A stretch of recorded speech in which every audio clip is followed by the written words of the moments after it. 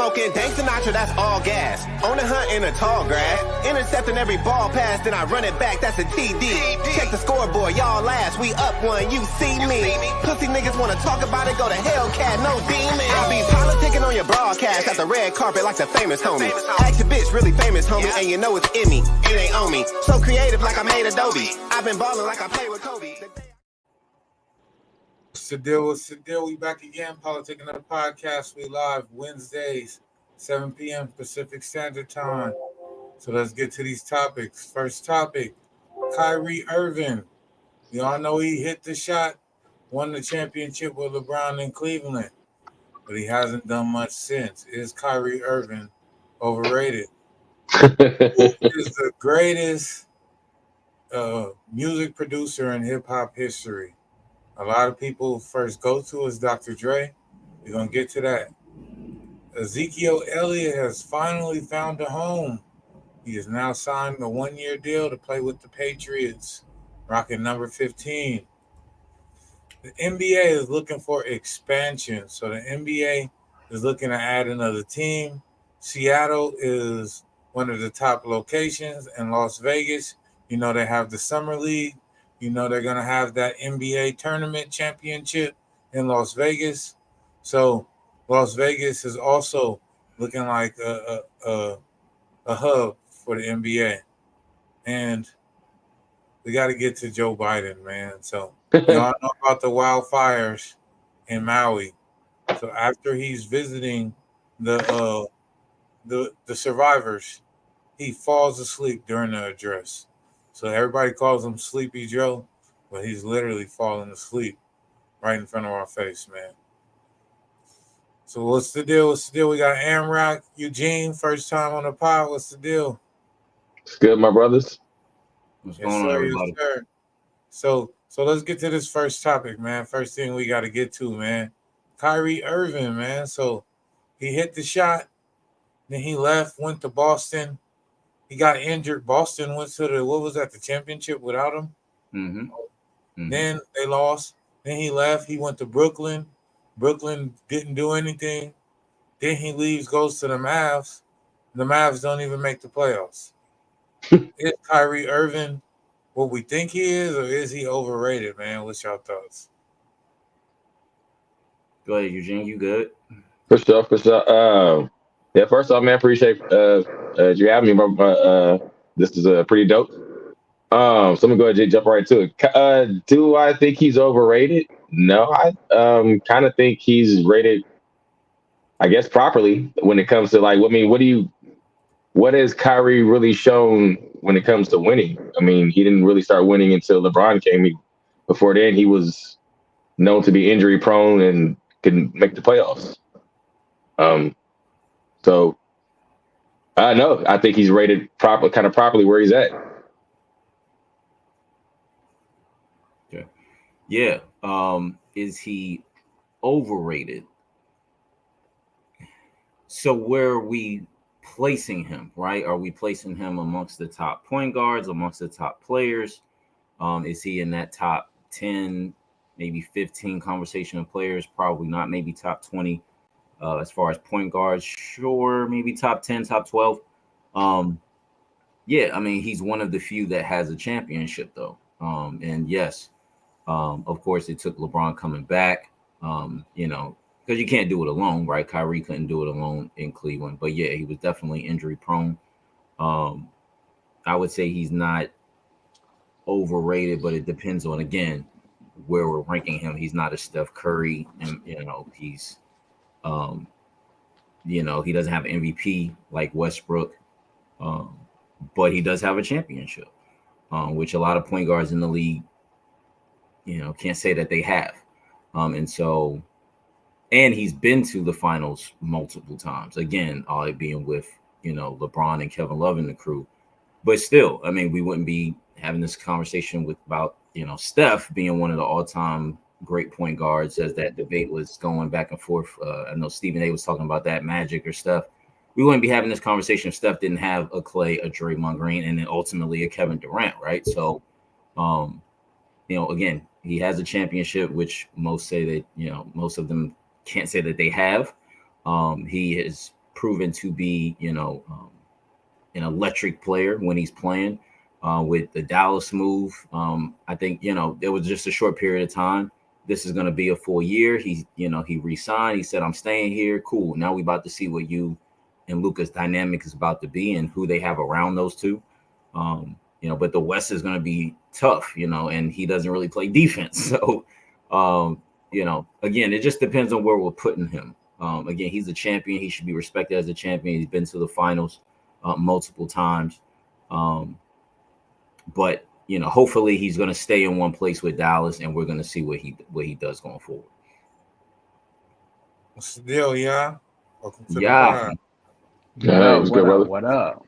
So we talking about Kyrie Irving, man. Is Kyrie Irving overrated? He ain't really done much since leaving Cleveland with LeBron. So what's your thoughts on Kyrie? I guess it's off of the definition of overrated. Like Amrock was touching on, is the guy got the championship. Most people don't got a championship. And at the end of the day, for myself, hey, chips mean something, right? And overrated means that the rating that people are giving you're not that rating. And who's rating Kyrie Irving anymore? Nobody's really going, oh, Kyrie Irving. If anything that Kyrie Irving is getting rated on is he going to play in the NBA? Is he going to be media friendly? Is he pretty much going to play in the NBA? And last year he played 60 games in the NBA.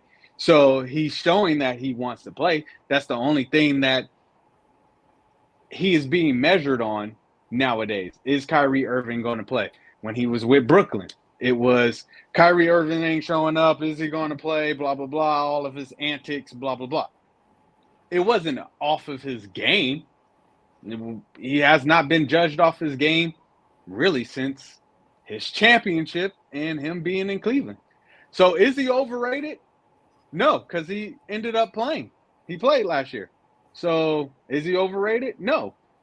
If you're going to say he's overrated, it has to be off of what? Unfortunately, if you're going to go off of ratings, the Clippers have been overrated, right? Their whole thing was championship every year, championship. And where has that gone? Nowhere, right? So the Clippers are more overrated than Kyrie is. And at the end of the day, there's nobody on this panel that would not take Kyrie over and on your team. So how could he be overrated if you would not take him on the team? I know the Clippers for sure. They want James Harden. They want everybody. They would take a freaking Kyrie Irving on their team. So therefore, how are you really overrated if everybody still wants you to play on the team? And the question they ask you is not that can he play, it's will he play? So if he shows that he will play, then he's not overrated. You say every team wants him, but the reason that he's still in Dallas right now is because the market was dry and he could get the most money staying in Dallas, and that's why he re-signed there.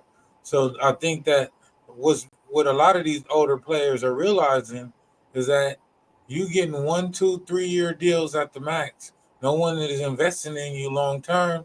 You're no longer a max player, and you're no longer going to cash in on these big on these big paydays, man. So I think a lot of these people in their mind, because they see these youngsters getting this money, I think that they're rating themselves and comparing themselves to these youngsters, but they're investing in these youngsters for the next 5 to 7 years. They invested in you for the next 2 to 3 years maximum. So it's not the same value. So for them to be expecting to get max deals like these youngsters are getting, I think that they're oblivious to where they at in their career. And Kyrie, the best thing he did was to sign that deal in Dallas and stay in Dallas because the market was dry. Nobody was going to trade for you, and you was going to end up on the vet minimum. Carmelo Anthony learned the hard way. That's why Russell Westbrook returned to the Clippers, because he was on the same path Carmelo Anthony was. Chris Paul, if he don't buck up and accept his role over there next year when he's a free agent, James Harden, you're doing all this right now, but next year when you're an unrestricted free agent, you think that you're going to cash in, you better go play for that $32 million, James Harden, because that's the most you're going to get. And if you do some fuck shit, you're going to be playing on the $4 or $5 million vet minimum next year. So I think Kyrie was smart, and he made sure that he got paid, and he established that wealth, man, that generational wealth that everybody talk about. Kyrie secured his bag, especially after the last year that he had. All right, but let's get to the next NBA news, man. So NBA is looking for expansion. We all know about the Oklahoma City Thunder. They used to be the Seattle Seahawks. Kevin Durant actually got drafted to the Seattle Seattle Supersonics before they became the Oklahoma City Thunder. Also, Las Vegas is a popular spot. They're talking about bringing an NBA team. What are y'all thoughts on NBA expansion?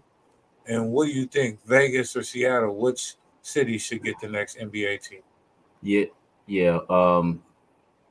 I'll say this. I actually, I don't know if y'all play 2K, but you can actually do this shit on 2K. Like, they got a whole bunch of like different cities and stuff like that that don't have NBA franchises, or they do, and you can add other teams or what have you. But I would just break it up. So, like, yeah, you're right. In the West, of course, Vegas is going to get a team. They already have a hockey team that just won the Stanley Cup, WNBA team that just won a championship. They're about to get a baseball team. Okay. Basketball, they got the Raiders, excuse me. They got the Death Star out there. So basketball is certainly on its way to Vegas. There's no question. I believe that maybe the Sacramento Kings should go to Vegas. That would be, especially with the name, the Kings, cards, aces, all of that. It just fits. And then of course, Seattle needs their team back. I don't think the Supersonics should have left and went to Oklahoma City. So definitely Seattle. And then in the East, a city like Pittsburgh already has all of the major teams, the baseball, football, and hockey. So adding a basketball team would be perfect. A city like Baltimore, who has football and football and baseball already. So adding a basketball team would be perfect.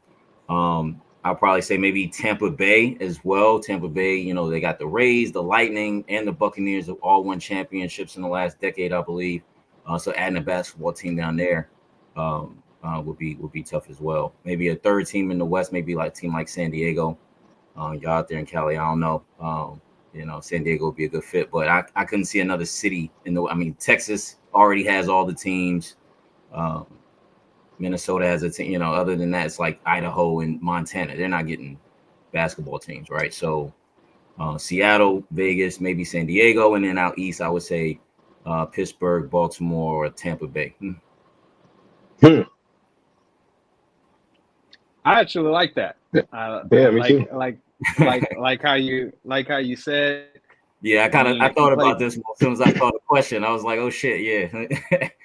Yeah, because almost everybody plays 2K, and if you create a team and you like to do GM mode, that's what you do. Where am I moving to? Right. And me, myself, living in Seattle, breathing the air and everything, bring back the Supersonics.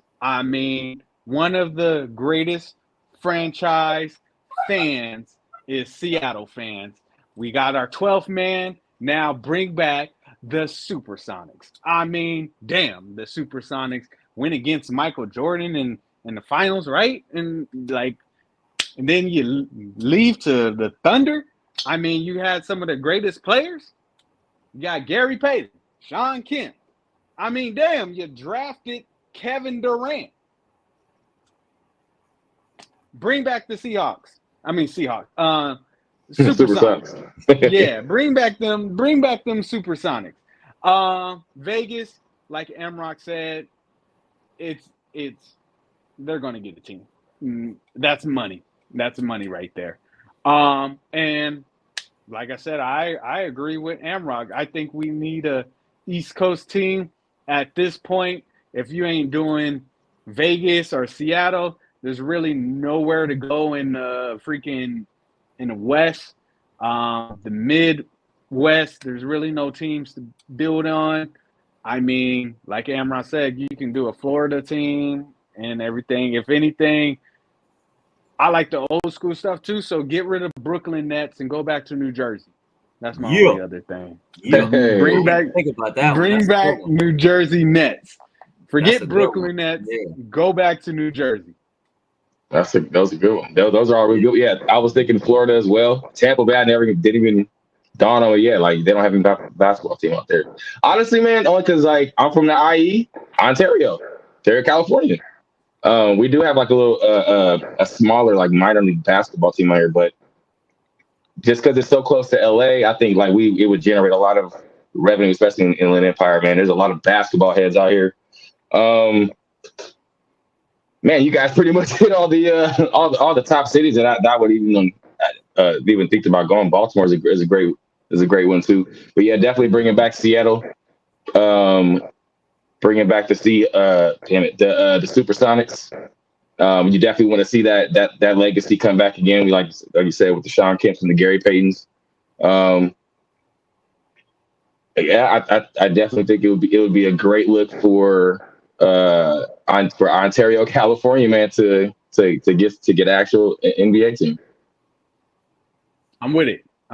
Playing the Toyota Center, they probably got to change the name. For real. They got to change the name. But yeah, I think the Clippers G League team, the Agua Caliente Clippers. Yeah, I think they play at the Toyota Center right there. But yeah, bringing an NBA team down this way, bro, man, you talk about some real exciting stuff, man. For real. I think that Las Vegas is a prime destination that the NBA is gearing towards. Yeah. With the summer league being played in Vegas every year, with all the rookies going out there, the tickets to see that is just ridiculous. And then, you got this new play-in tournament, and this play-in tournament or whatever they're calling it during the season, this in-season tournament, the championship games, the last, I guess, 4 games of that tournament is going to be played in Las Vegas. So they got that, already in Las Vegas. So I think the combine sometimes or the draft is in Las Vegas. So they're already using Las Vegas as a hub.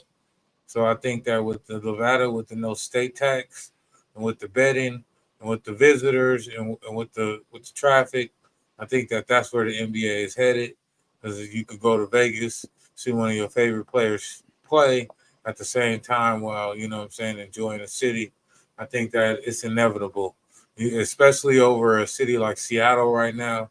If we're going to pick Vegas or Seattle, which one's going to generate more revenue? We already know Las Vegas is the easy. So you already know, man. But let's get to the football, man. So we got to get to the football. Ezekiel Elliott, longtime Dallas Cowboy. Is there? Dropped, man. They were talking about bringing him back on a lesser contract when the training camp started, and Zeke never returned. So it was about a lot of grief about the running back market, saying that it was down on running backs, and no running backs was getting paid. Zeke was one of the last running backs to get the big contract and not live up to it. So he is a big reason why the running back market is what it is right now. And now he finally gets a team. He signs a 1-year deal with the New England Patriots. What are y'all thoughts on Ezekiel Elliott on the New England Patriots? Do you think it's a good fit? And do you think it's just a one and done and he'll be back in street clothes next year? Or this is going to be an actual good fit? I'll go first since mine is very short. This does nothing for nobody. Like, it doesn't change the needle of the Super Bowl picks. It doesn't, the Patriots aren't a threat to the Ravens. The Patriots aren't a threat to the Chiefs, the Bengals. they're not a threat to. I mean, not even my Seahawks. Okay, they got the running back. He should have came to Seattle because we need a running back. But this absolutely does nothing for anybody. It's good that black man got paid. Get your bread, get your money.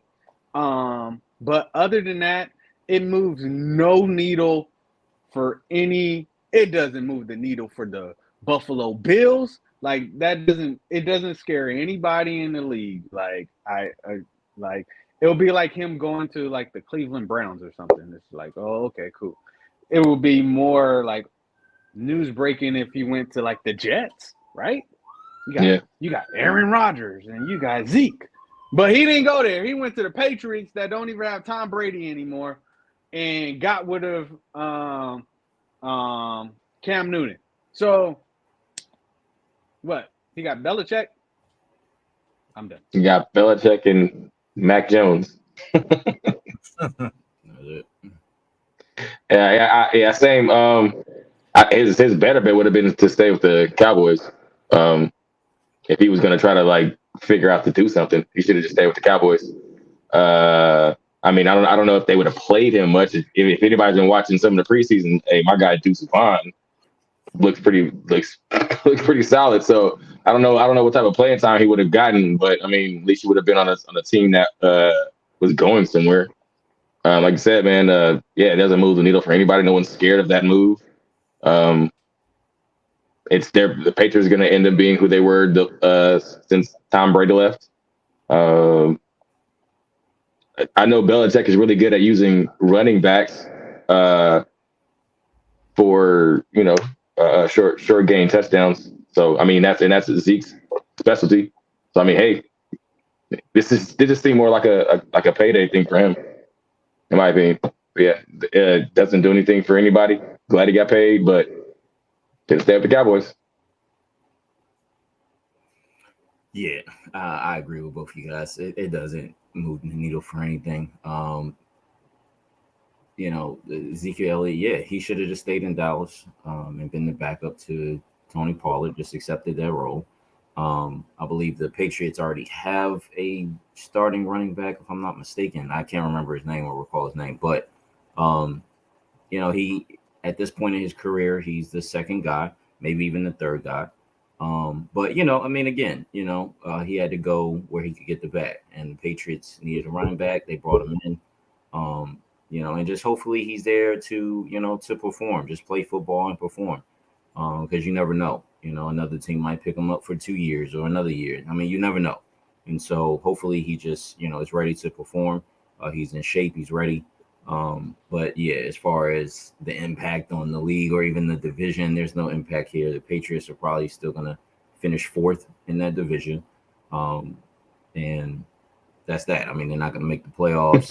Unless, Tua goes down again, Diggs goes down for Buffalo, Aaron Rodgers goes down for, that's the only way. That's a lot. I was about to say, my man needs a mirror. It's literally the only way the Patriots have a shot, especially in the AFC. And Ezekiel Elliott doesn't.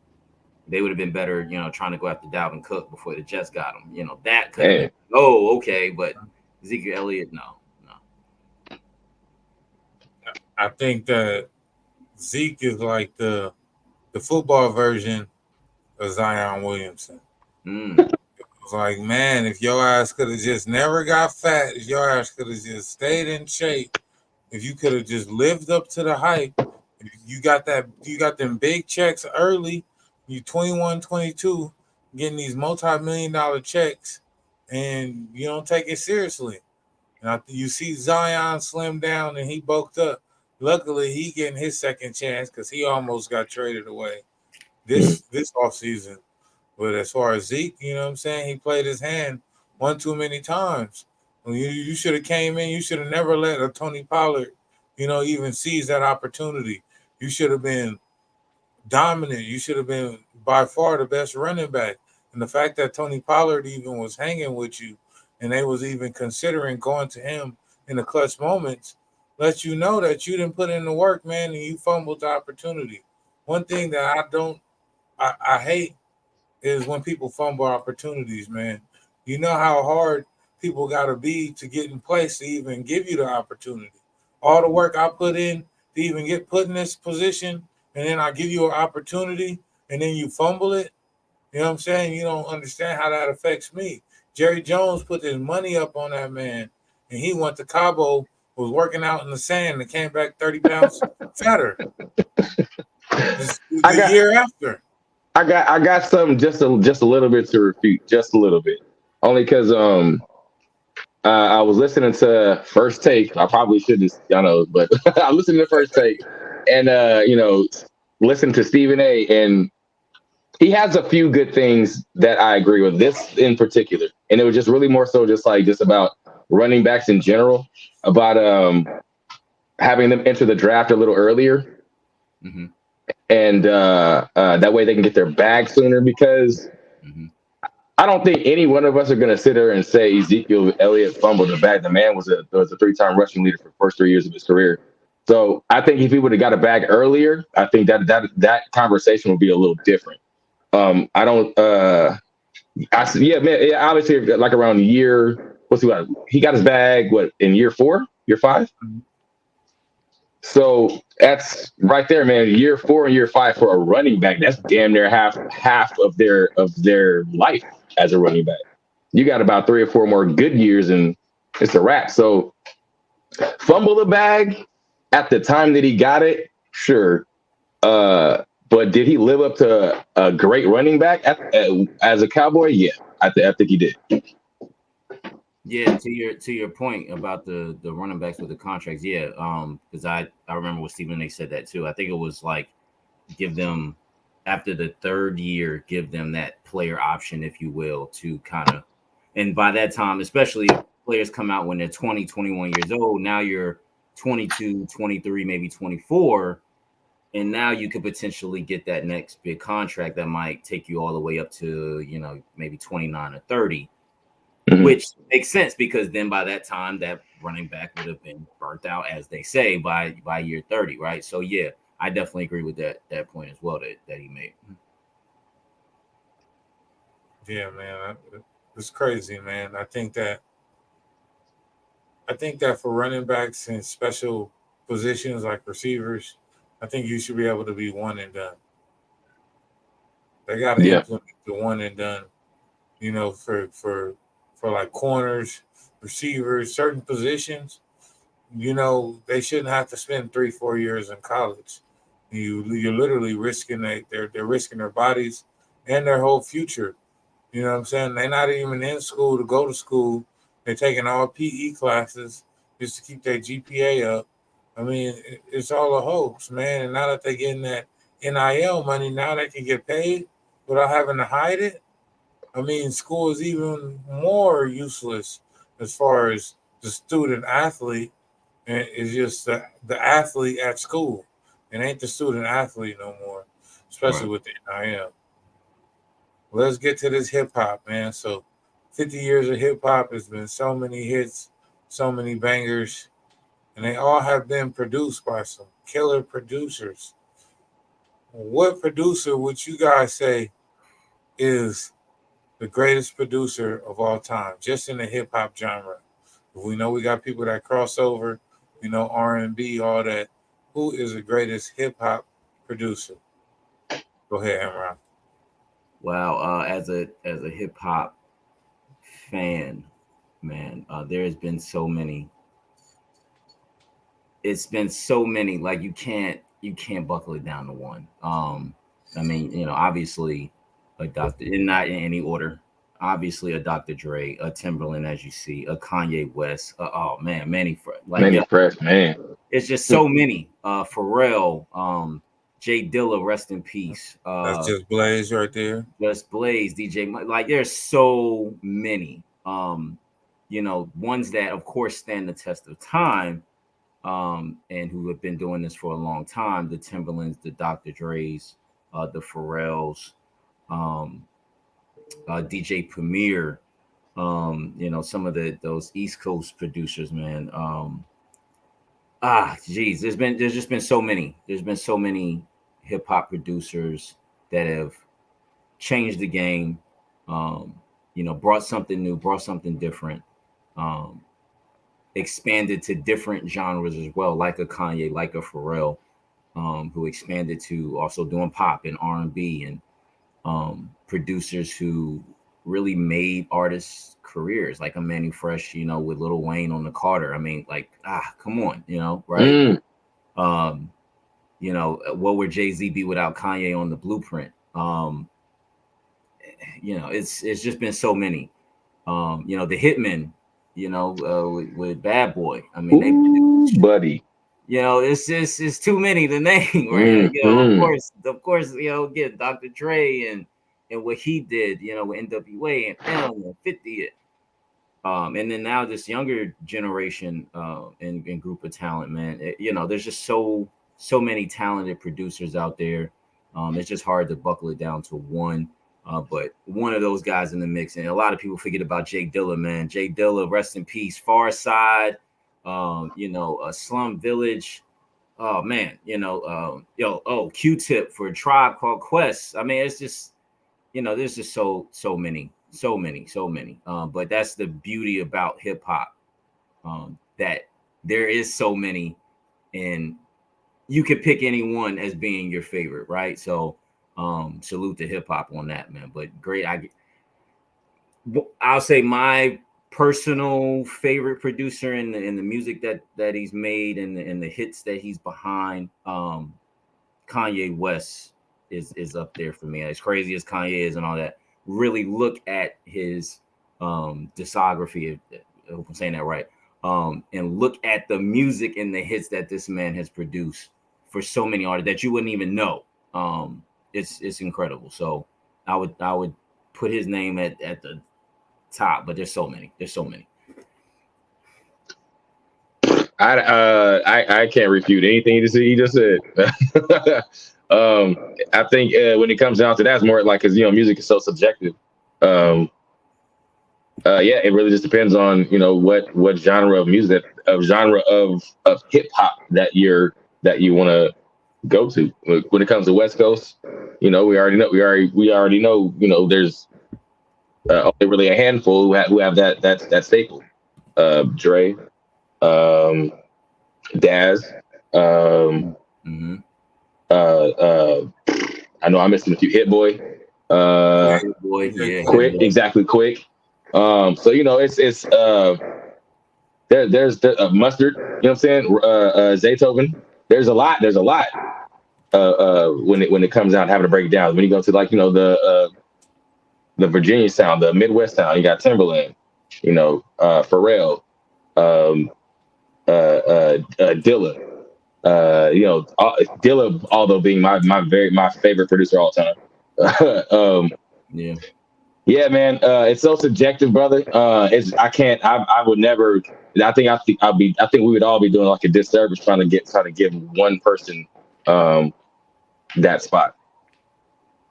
It's just way too many.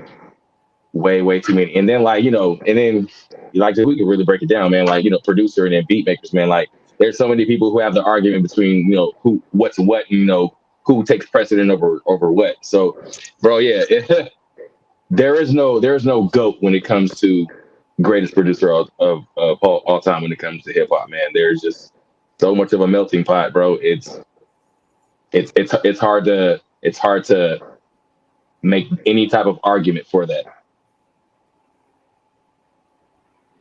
Yeah, I agree. I mean, the GOAT conversation when it comes to a producer is way different than a GOAT conversation that is basketball. Because basketball, you can kind of sort of single out one person that did more than everybody else, right? When it comes to producing an album, even the main producer is not the only one that's producing on that person's album. So who do you really give the credit to? And like, I was thinking of so many different ways of trying to narrow it down. Me myself, I'm more of a East Coast person. I love East Coast rap. That's actually what I started on. That's what I love. I'm not really a West Coast music fan. It's not really. I like some songs, but it's not my cup of tea. But at the same time, that man right there comes to head and just go, hey, maybe y'all, you got to give it to Dr. Dre, because if you technically you give it to Dr. Dre, because what is the number one hip hop album sold? Eminem, the Eminem Show, 225 million sold, right? So do you give it to Dr. Dre because he was producer on it, but he wasn't the only producer on it, right? Then you go, okay, arguably, what is considered the greatest hip hop album of all times? Illmatic. Illmatic. Right? Illmatic was produced by DJ Premier, right? Mm-hmm. Stillmatic, DJ Premier. But guess who else was on Illmatic or Stillmatic? What's it? Q-Tip. A quant? Yeah, Q-Tip. His Pete Rock, his boy, Lord, yeah. Yep. So it's hard to pick one, and then I go, because where my brain first went is I overlooked the hip hop part, and I thought producer, and first person that came in my head actually was Quincy Jones, and then I was like, oh well, let's give it to Quincy Jones, right? Because I overlooked the hip hop part, and I was like, one of the greatest artists of all time, Michael Jackson. He did Bad, Thriller, and he did freaking Writing on the Wall, right? And so I'm like, Quincy Jones. And then I was like, Calum gives you details when he puts in his titles. So I went back and I was like, oh, that's a hip hop. Nope, Quincy, you out. But Quincy Jones has 28 Grammys, right? The next producer that has close to him is Kanye West with 24, right? And so I'm like, okay, well, Kanye. And then I started looking at Kanye's resume. And a lot of people don't know about Kanye's resume, where You Don't Know My Name, produced by Kanye West. Mm-hmm. Oh, yeah. Stand Up, produced by Kanye West. Mm-hmm. Like The Blueprint, like you guys already said, Kanye West. Mm-hmm. So it's just like, he does Mariah Carey stuff. I mean, freaking is just crazy. And I know we said the Pharrells, the Timberlands, and everything like that. Rest in peace, Magoo, or Magoo, whatever you want to go by. But like, when I talked to my brother about it, his two picks was Jay Dillon and DJ Premier. And then when you guys were talking right now, we'll say a whole bunch of names, but we also forget Little John. Oh, man. Yeah. No, damn. Man, yeah, absolutely. Yeah. And it's just crazy, like, freaking, at one point in time of producers I was listening to, I forget what they were called, but Jaquan's people, they were coming out with them knockers. They did Hood Hop and everything like that. So it's just so many people that you can't. This one, Caleb, you can't give it to. This is actually a team effort. 1500, Justice League. Bro, you're absolutely right, man. Wouldn't even think about those guys. Hey, Scott Storch. Scott Storch. Jesus. Questlove. Oh man. And a sleeper that nobody really says, Missy Elliott. Missy Elliott. Most of the stuff was Missy. Mm-hmm. Absolutely, man. I think that a lot of producers have they runs, like, you know what I'm saying? Y'all remember Lex Luger? Lex Luger had an epic run for a little bit. You know what I'm saying? His drop was on everything. Then who was that was doing the Mac Miller tape? I can't remember. Man. Damn, what's his name? I know exactly what you're talking about too. Damn, they had the legendary. Then I gotta look this up now. Hold up. Man, there's just so many producers. Did we say I think JD? that on the West Coast though, JD? Jermaine Dupri, yeah. Okay.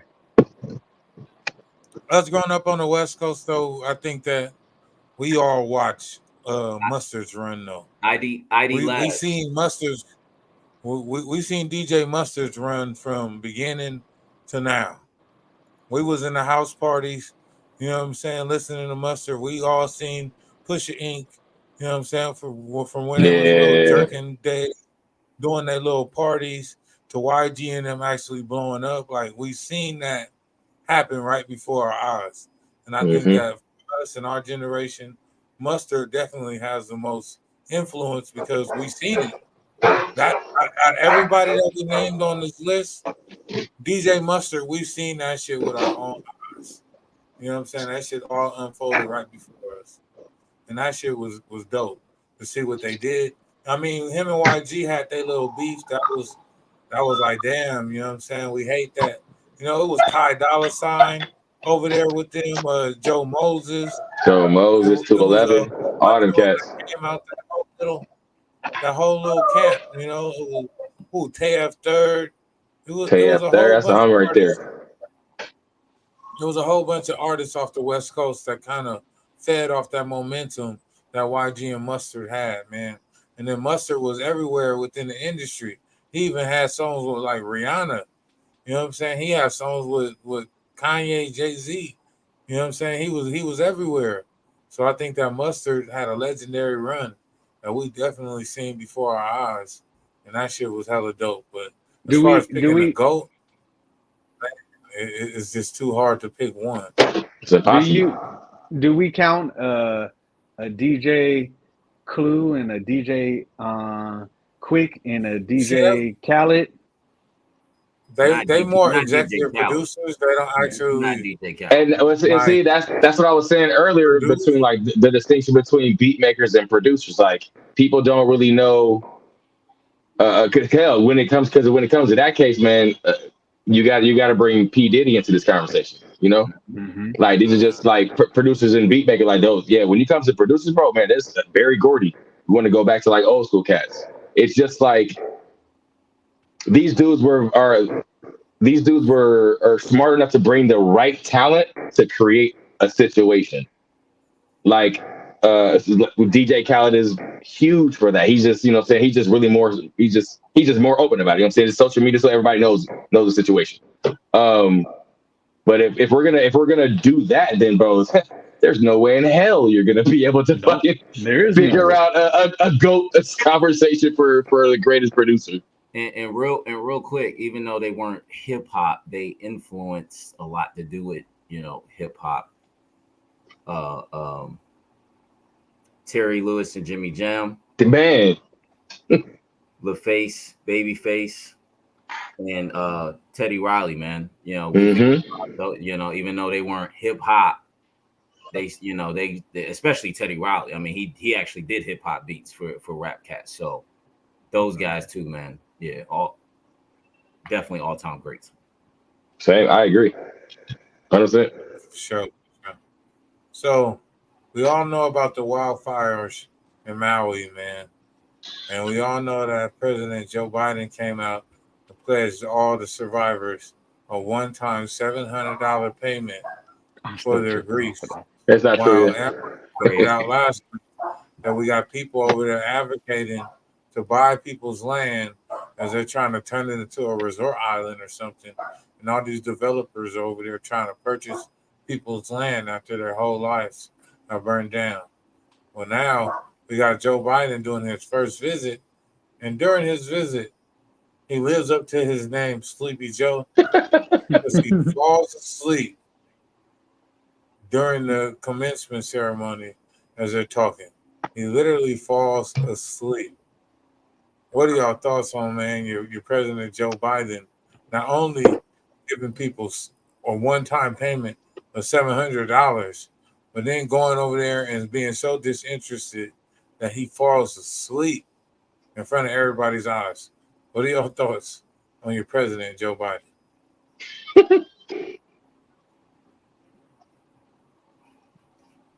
Oh my God. Yeah. Oh my. You heard that silence from everybody because nobody knows what the hell to say. It's crazy to me how I don't support number 45. I don't support Trump. I don't support none of these presidents. But one thing I did notice, if the shoe was on the other foot, it will be all over the place. Oh, Trump fell asleep, blah, blah, blah, blah, blah. I know he was getting in trouble for like not saying nothing for COVID for a little bit. Like he got in trouble for that. These people lost their lives. Lost their homes that they probably had for a very long time. Then you offer them $700. $700.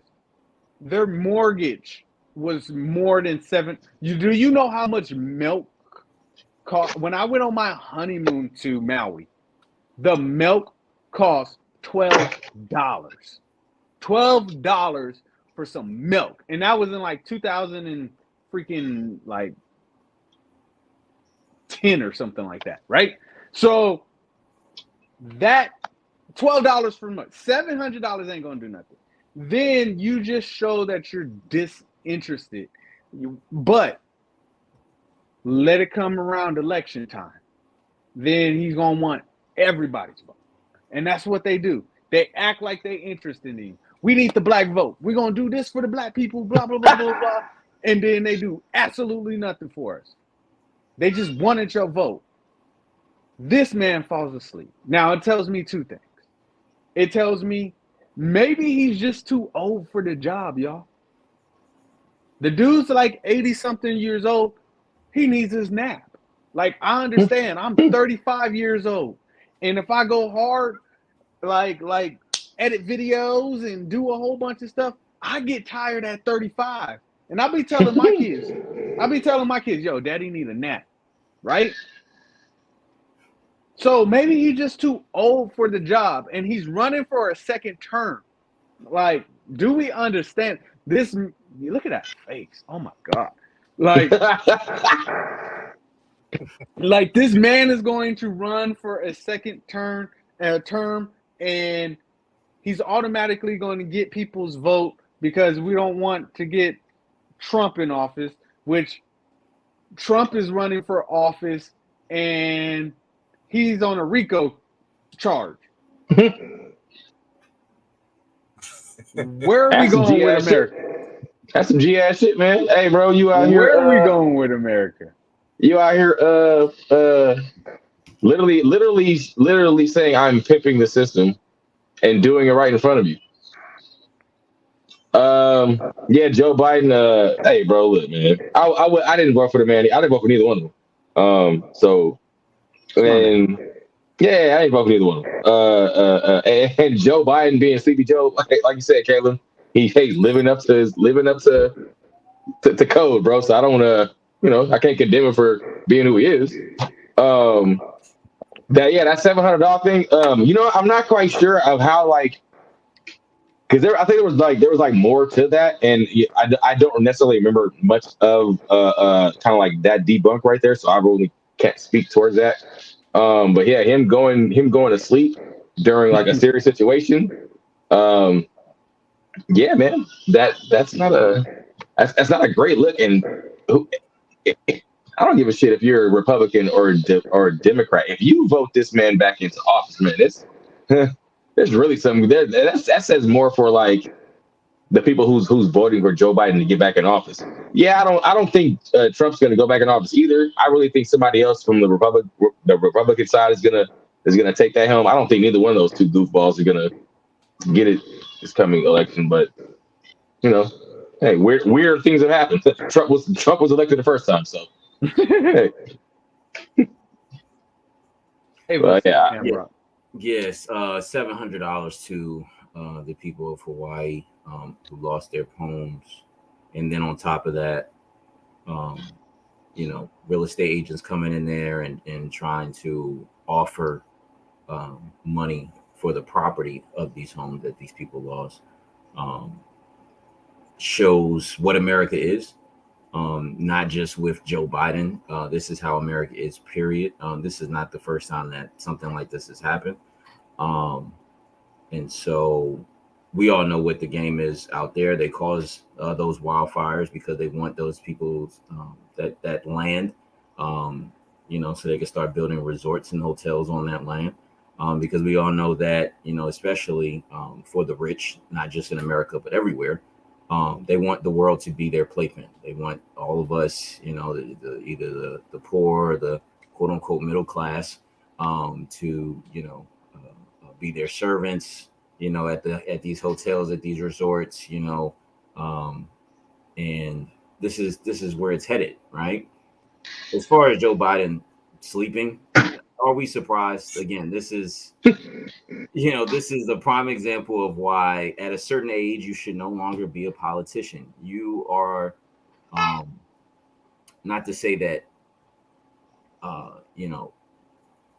your age definitely gives us history, right? You are a historian, especially based on how long you've been on this world. My mom is a historian. She's been around for decades. She's seen a lot, right? So that makes you a part of history. That makes you a historian. And so with Joe Biden, and then all these other politicians, though, it also can make you, what's the term? I can't think of the term. It just can make you not present, for lack of a better term, right? You're not understanding what's going on in this current world, in this current society, with these group of especially young people out here. You're not understanding that $700, this isn't 2003, $700, that's maybe an electric bill for some people. That's some people's, putting gas in people's cars for a month. That is no way near what people pay in mortgage. To Jan's point, there's nowhere near what these people probably pay in the mortgage. It is absolutely asinine that this is taking place. But again, whether we have Trump in there or Biden in there, again, it's going to be the same thing. When Obama was in there, it was the same thing, right? America does not care about the people, no matter where you are. You could be in Hawaii, you could be in Alaska, you could be a territory like Puerto Rico, Guam, wherever. They do not care about the American people. And this is a prime example of that. And it's a shame because we are the same people who pay Biden's salary. We are taxpayers that pays their salaries. The 30% that they take out goes to their salaries, period. So they have an obligation to us. I hope those, Hawaiian people, stand up against this. And again, with him sleeping, are we surprised? Again, he's an old man. It's, he was probably, bored out of his mind while he was there. He doesn't really want to be there. That's just real. He doesn't want to be there. Like, let's be real. Like, I'm only here out of obligation because I'm the president. So I have to show face. He didn't want to be there. Same reason why it took Bush forever to get down to New Orleans for Hurricane Katrina, right? They don't want to do these things, right? They really don't. It's a job for them to get money, to ultimately get a book deal, maintain that same salary for the rest of their life, and have Secret Service watch them for the rest of their life. That's all it's about. It's a pawn. It's a puppet show with that presidency. Unfortunately, if you do vote, you're probably voting for the lesser of the two evils. In last election, I guess that was quote unquote Trump. This election, I said it last show, is going to be Dos Santos. I'm calling it now. Trump will not win. Watch out for the people who are following this man, following his rhetoric, similar to how they followed Trump. And we didn't believe that Trump would get elected. And look what happened. So people need to watch out what's going on in Florida. Like I've been saying on the show the last, 5 times I've been on here, it's real. People need to pay attention. If the Democrats or the Independent Party, whoever, the Green Party, the Blue Party, the Mars, whoever, if they want a shot at this, look at what's going on down in Florida. I'm telling you, it's going to be Trump. Yeah, this is a smoke screen. They're saying Trump, and Dos Santos is going to be. They're people, these crazy people out here, man. America, that's exactly what they want. Again, they don't want us to know that we won throughout our history. That's exactly what Florida is trying to take away to show kids that, hey, we won during civil rights. We won during the Black Panther Party. We had Black Wall Streets, all these different things that they're trying to take away. So the real shit here is look out for Dos Santos and Joe Biden, he can, he could be asleep. He can go to sleep. That actually symbolizes a lot of what's going on, right? They're asleep. They're not awake. They're not, especially these politicians. They're not hip to what's going. They don't have their eyes open. They don't see. They don't care. So yeah, I don't care. Yeah, I'm glad you brought this. Yeah, I'm sorry. Go ahead, Eugene. Yeah. No. I was just saying they don't care. Yeah, no, I agree. Go ahead. I'm sorry. I apologize. Go ahead. They don't care. Before you go, Caleb. There is nothing new under the sun. And I think if the I want to see it for myself, the $700. But let's say the $700 is true, right? And that's $700 that Black people didn't get when we got ripped from our land and brought over here to build their land, right? That was $700 that Mexico didn't get when they burnt down everything and they took over California and everything of that nature. That's $700 that in 1950, the people that were forced out of their homes so they can build Dodger Stadium did not get. Talk to them as well. So them giving $700, that's why he sleep. He's like, we paid y'all. Y'all should be happy. Great point. Great I point. think that when y'all say they don't give a fuck, I mean, I think y'all hitting it head on. I don't usually do this, but I want to play y'all this clip of the president. I want y'all thoughts on what this nigga say right now, man. Watch this shit. Are we just going to ignore that Joe Biden said this? Watch Joe Biden declare that police right now just don't pull over white people somehow. Watch.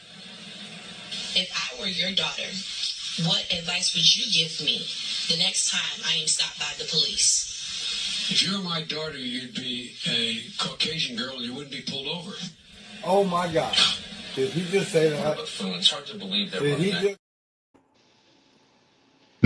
You hear this guy? Did y'all hear that? Why are we shocked? Why are we shocked? Yeah. he only stated what we all know. He only said the truth. He stated the truth. Absolutely right. He said, if you're my daughter, you're a Caucasian woman, you wouldn't be pulled over. He's absolutely right. And that is exactly what's wrong with America. His PR team try to hide it.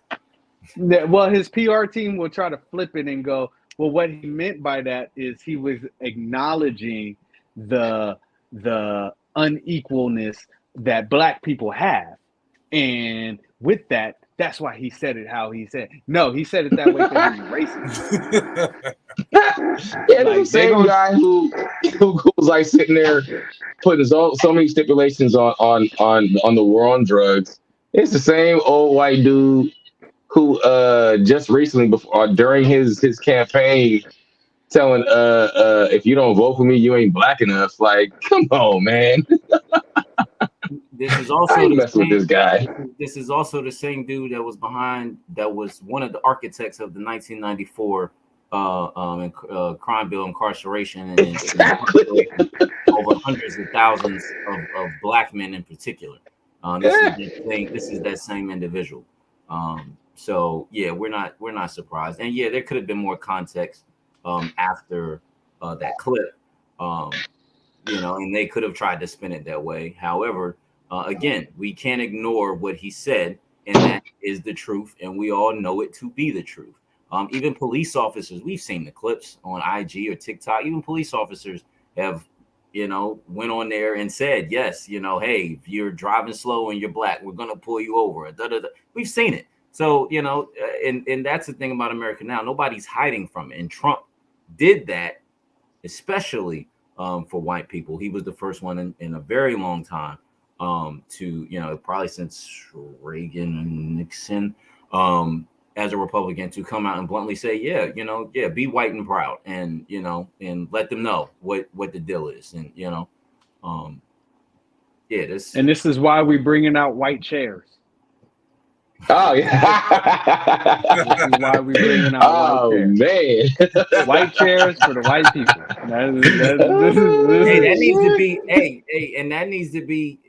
That needs to be patent too. To Dr. Umar Johnson's point, we need to patent all of our inventions. And that black man invented the folding chair. I don't know if that's a patent thing that we have, but shit like that is important, man.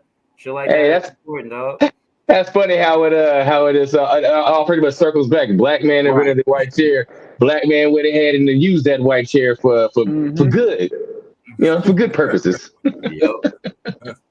He doing the dude that used the chair. He going around doing radio interviews and stuff. Smart. It's hilarious. That is fucking hilarious. I'm sorry to get Monetize that's hilarious.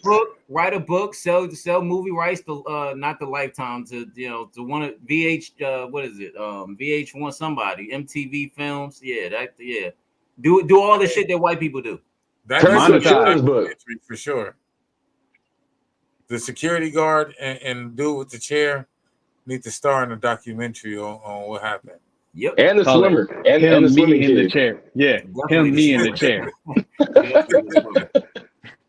But yeah, back to Joe Biden, man. We're not surprised. We talk about this shit every week on this podcast, and just like y'all say, keep the same energy. And then brought up Trump on 500 different charges. I don't think that the people understand what's going on. Is that a Democratic Party is weaponizing the DOJ because they have the presidency to go against his political opponents. And that's the same thing that Hitler did when he seized control of Germany. So this is not nothing new under the sun. This is a tactic.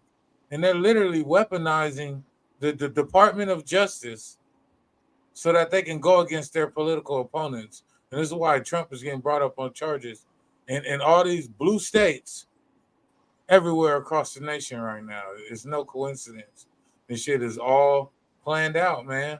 And it's funny because just like Amrock said, still you're running Joe Biden. So you're doing all of this. And then if it's Joe Biden versus DeSantis going to run away with it. Yeah.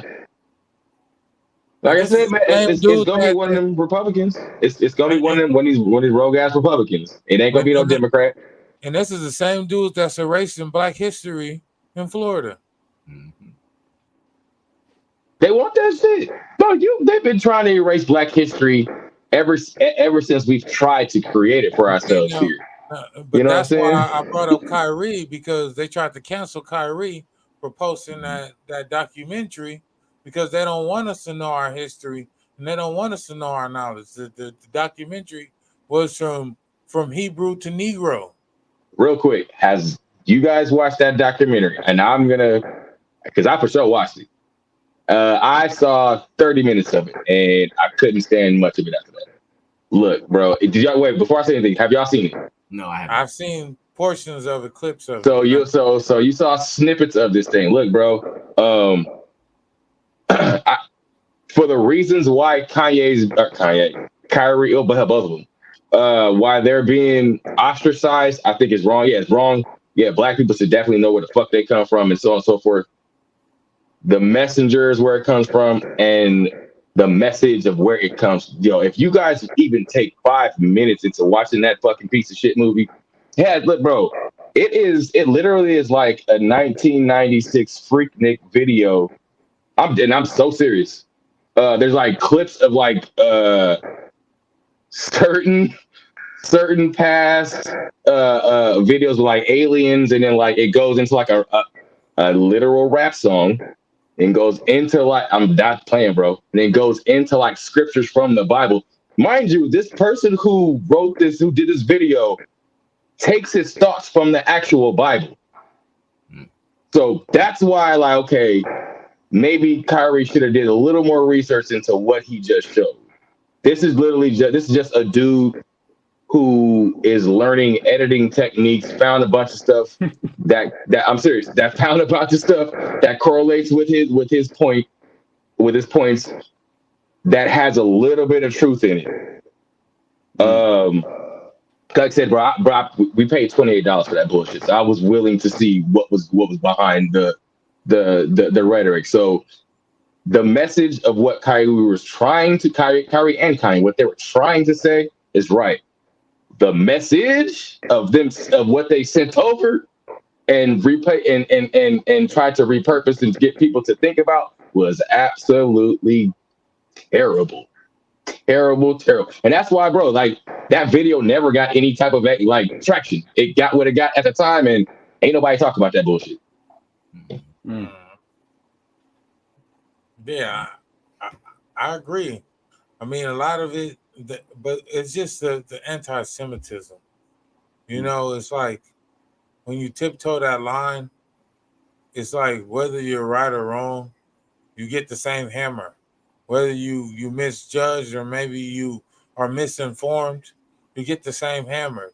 So when it comes to anything anti-Semitic, I don't think that there's just really no wiggle room. There's nothing. There's nowhere. There's no room for error. And I think you can't be anti-Semitic. That show with Kyrie is that if you tiptoe the line, if you post anything, if you show anything that we deem that, whether you know what you're doing or not, whether you agree with the information or not, because Kyrie never said he agreed with the information. He said he was just sharing the information because he thought that that's something that people should inform themselves. He's not pushing. He didn't push the rhetoric one way or another. He didn't put a comment and say, "Hey, this is such a great."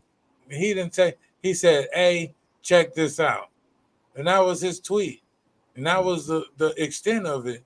But then he received everything that he received, and it's like it's not like he really endorsed the movie. He just posted the link. I don't think Kyrie can be anti-Semitic, especially if he identifies as a black hero, because that is all that Jewish people, Arabics, they're all in that same category. So if he's saying things about that's just like a black person saying something bad about another black person, you can't be racist against your own folks. You know what I'm saying? I mean, well, maybe you can, but in this context of what he was trying to explain, he wasn't being anti-Semitic. So I agree with him when it comes to that. Yes, I think it's true, like how you said, Caleb. When you think about how long he was suspended and all that, right? Off of technically him just using his freedom of speech. Now I get it. Hey, it's the NBA. Technically, like whatever. But he technically used his freedom of speech, and he was damn near out for almost a year, right? And almost lost his job and everything like that. What's real big in America right now? Kids going around. Okay, perfect example. Me and my wife went to go shoot a high school football game. All of a sudden, high school is on lockdown because somebody got shot in the front. So I'm in a school lockdown. Like, what the hell, right? So you got shootings all over the place, school shootings, and John Moran gets 25 games. So Yeah. I get it. One did his freedom of speech. The other one is still doing it. I mean, technically he's doing his freedom too with a gun, right? If it's registered, I don't know. But 25 games, like, I'm just saying that they over like reacted to a Kyrie Irving based upon something he did not say, hey, go watch this whole movie or endorse the movie or anything. He was just like, hey, look at this little part that I agree with. It'd be the same thing as, hey, go, I like that shirt that says get off the boat of average. And then everything else is outside of what the shirt says. So that's how I see it. All right, let's get some shout outs before we get up out of here. Hey, shout out to you guys as always. Shout out to PolitiKan. It's always a pleasure to be on this platform. HL podcast coming back in September. So be on the lookout for that. Eugene, man, it was great to meet you on here, man. Yeah, Caleb, always love with you guys, man. Everybody just, again, during these times, man, everybody just stay positive, man. Just stay positive. Keep your prayers up. Keep your spirits up. With everything that's going on, just be aware. Just, lift your head up from your phones every once in a while and just, pay attention and see what's going on. You'll be sometimes surprised at what you see. But, as always, shout out to you guys. Shout out to PolitiKan. Shout out to you, gentlemen. It's always a pleasure just doing this with you guys. Like Amrock said, y'all better get ready for HL podcast. It's coming. I can't wait to see it. It's just always awesome jumping on with you, gentlemen. And yeah, stay woke, but also like there's crazy shit that going. Like that's just what it is. It's just crazy and everything like that. But that doesn't mean you be stagnant. Like just because things are unfair for you, it's worse if you do nothing about it. Yes, it's unfair. It's not fair. Life isn't fair at all. Like forget white people, forget it all. Life in general is not fair. Life don't care about you. Like life will take a 5-year-old and leave the 70-year-old rapist that is in serving life, right? Life isn't fair. Once we can get that out of our heads, as in we wait for something to happen for us, or we don't do something based upon it not being fair, that's when we lose. So get off the boat of average, dive into the sea of greatness, and do something. Opportunity is not a stripper. It's not going to come sit on your lap. You got to go and knock on some doors.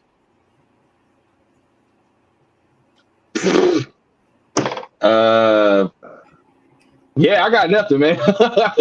those are two great outros. Definitely thank you for having me, Caleb. And man, two brilliant minds, or three. All three of you guys are brilliant, but being able to sit here and speak with you brothers was a blessing, and thank you guys for sharing your thoughts. Hopefully, I can come back to these great conversations and speak with you guys. And really just to piggyback off what both these gentlemen were saying, get out there and move. Don't let the negativity of the world keep you stagnant. Stay positive. Think abundant for sure. Always know that the universe is there for you. You just have to call to it. That's really all I got to say, man. Thank you guys again. Hey, Eugene, let everybody know what you do. Everybody don't know who you are, what you do, so let everybody know, what I'm saying, that introduction of who you are and what it is you do out here in this world. So I'm an artist, rapper, singer, engineer, producer. Been doing it for over 15 years, man. I'm doing my thing, man. So catch me on Instagram, Twitter, whatever the hell they got these social medias, man. Eugene_O'Neal. I got a lot of new projects dropping. Check your boy out.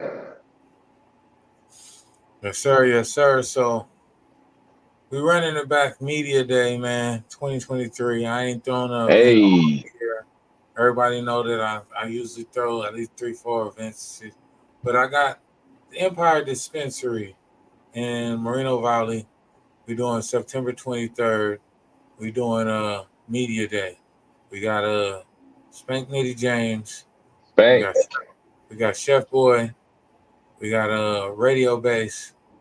You know what I'm saying? We got some live podcasts coming. You already know we're gonna do panel conversations. We're gonna do our thing, man. We're gonna have a vendor village out there. You already know. And yes, sir. I need you to come back and bless your boy. Let's make it happen, baby. we got to open up that thing with you, man. So we got to talk. Let's get to it. Let's do it. Last year we had speakers. My boy Yah was a speaker out there, so we know we got to double back and bring him back out here Media Day, man. One thing that I try to do is provide opportunities. You know what I'm saying? It's like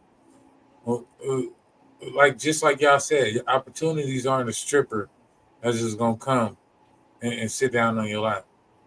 And a lot of times it's based upon the community that you build and the people that you choose to extend your energy and your time to.